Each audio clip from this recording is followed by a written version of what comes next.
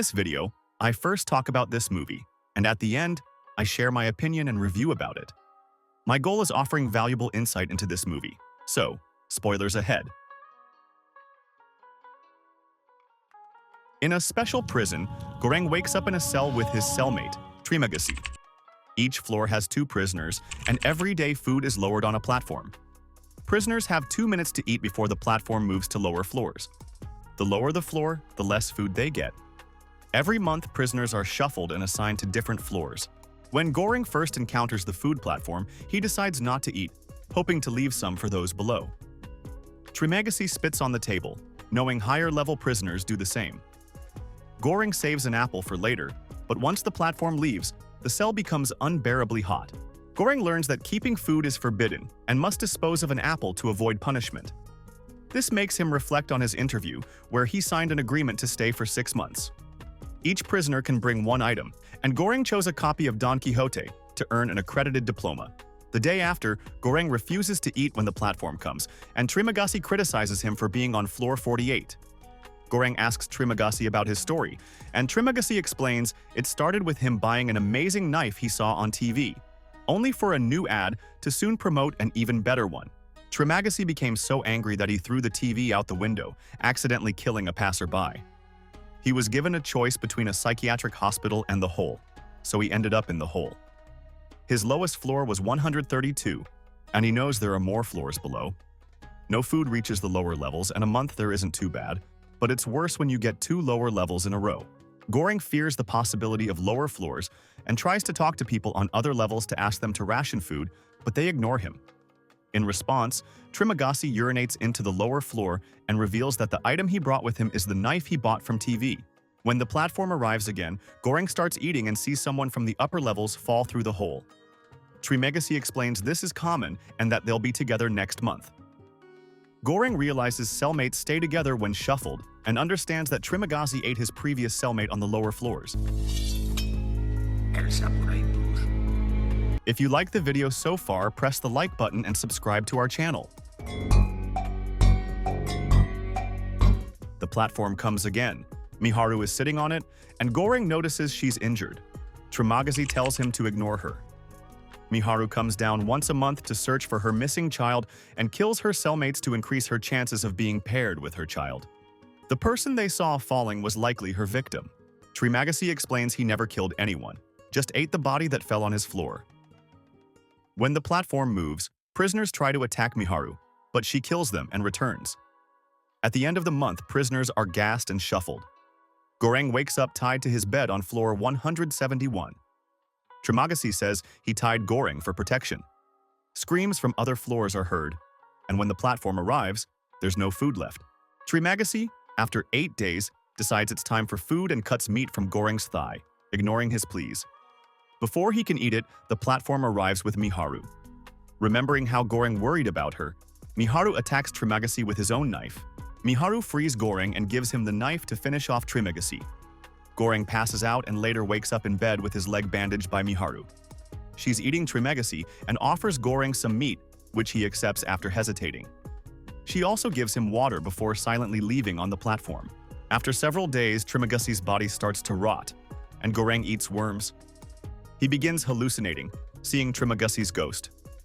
At the end of the month, gas fills the cell, and Goreng dreams of being with a woman while Miharu watches. When he wakes up, he finds a dog licking him.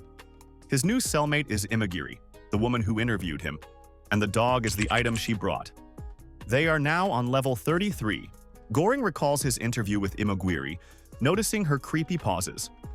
Imagiri explains she volunteered like Goreng and didn't know people died here.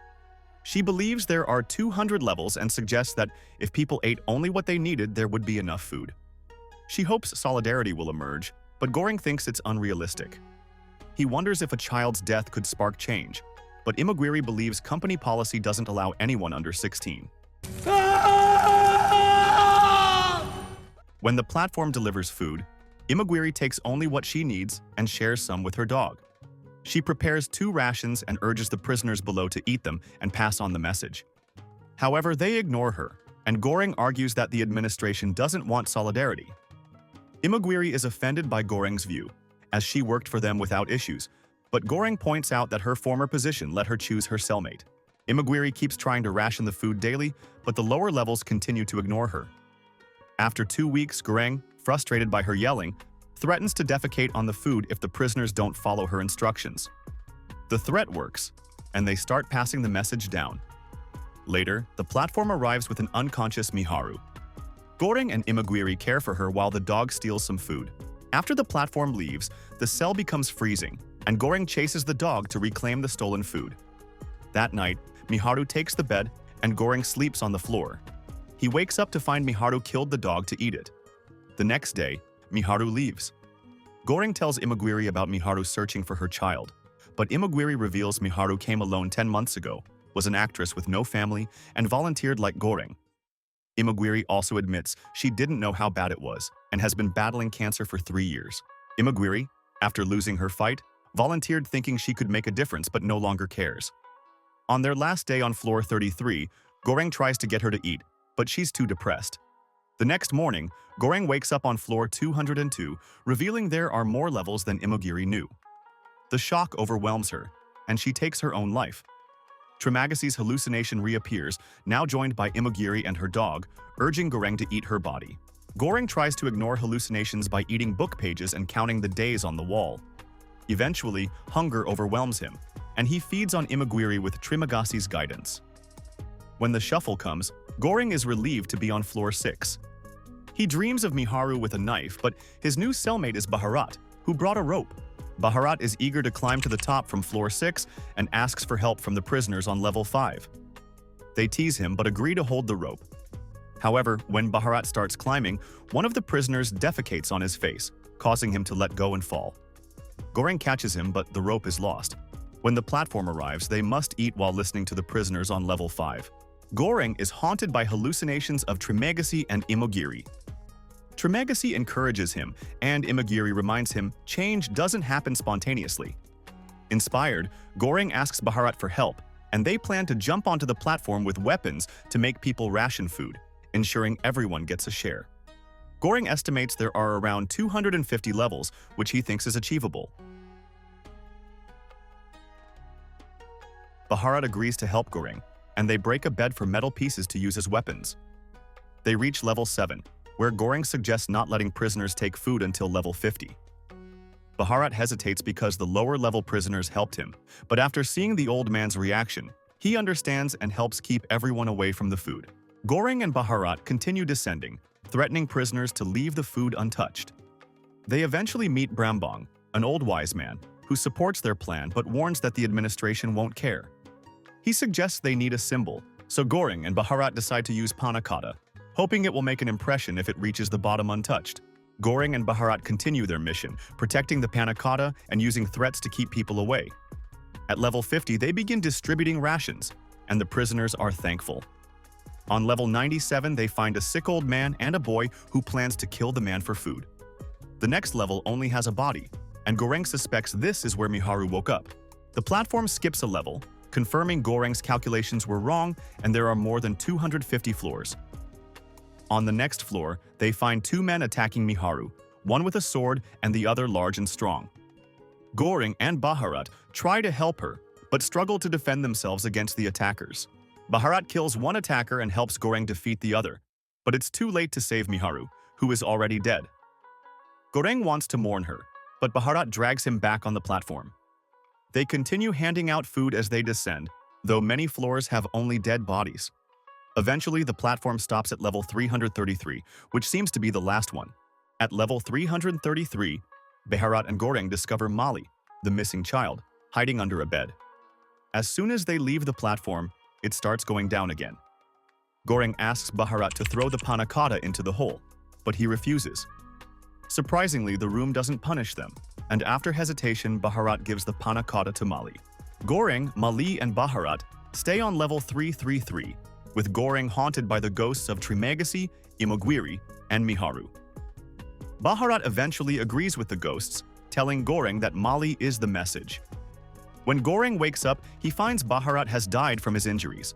The next time the platform arrives, Goring brings Mali with him, and they are lowered to floor 0, which is dark and empty. Trimagasi tells Goreng to leave the platform as he's not part of the message. They watch the platform rise with Molly, hoping she will reveal the truth to those above. And this is my review. The Platform is a hauntingly original film that blends social commentary with psychological horror, set within a vertical prison system. The film does an excellent job of exploring human behavior in extreme circumstances, using the prison as a metaphor for class struggles and societal disparities. Characters like Trimagasi and Imogiri, who accompany Goreng, offer different views on survival and morality. As the plot progresses, it raises philosophical questions about the nature of solidarity, sacrifice, and the consequences of selfishness.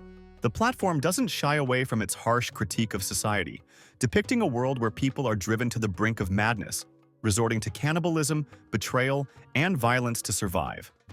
The film's visual style is minimalist, with a strong focus on the deteriorating psychological state of the characters. It's an intense, thought-provoking film that leaves the audience with much to ponder, especially regarding the potential for change in a corrupt system. While its ending is open to interpretation, The Platform ultimately stands out as a sharp critique of modern social issues, wrapped in a grim and unsettling narrative. Thanks for watching.